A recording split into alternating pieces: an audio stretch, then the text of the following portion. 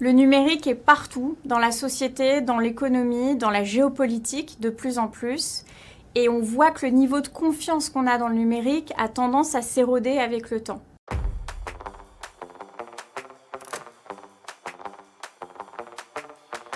Jeanne Heuret, en charge des activités de confiance numérique pour Capgemini.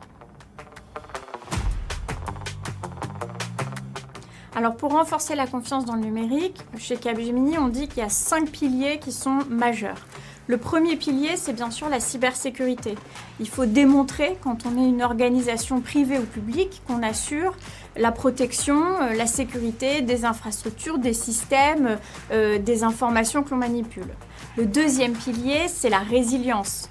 C'est d'être capable de montrer qu'on assure la continuité des activités, notamment en cas de crise, qu'on sait gérer des crises et qu'on sait reconstruire a posteriori des crises. Le troisième pilier, c'est la conformité, bien évidemment. C'est déterminant de montrer qu'on est dans les clous, qu'on n'est pas hors la loi, qu'on respecte le cadre réglementaire et ça contribue fortement à la confiance qu'on peut avoir dans une organisation.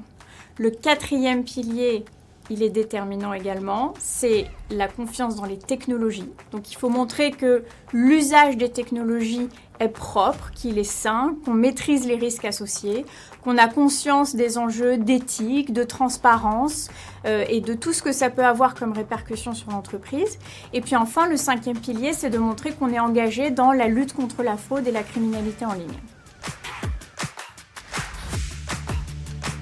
C'est avant tout de savoir gérer les risques liés à la confiance numérique et d'avoir une approche assez pragmatique de ce sujet-là. Donc bien le définir et bien gérer les risques dont on parle quand on parle d'altération de la confiance numérique. Et ça enclenche un deuxième enjeu qui est de désiloter les fonctions qui ont un lien avec la confiance numérique.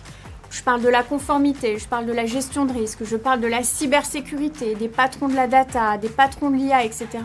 Ces gens-là doivent mettre en place collectivement un modèle opérationnel qui permet de gérer de bout en bout le sujet de la confiance numérique pour que ce soit piloté au plus haut niveau de l'entreprise.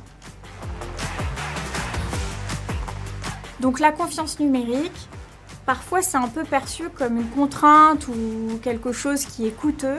En réalité, la confiance numérique, c'est un vrai avantage compétitif, on l'a dit. C'est un vrai sujet de performance. C'est un sujet de résilience avant tout. Et c'est évidemment, plus loin que ça encore, un sujet de bien commun dans la société.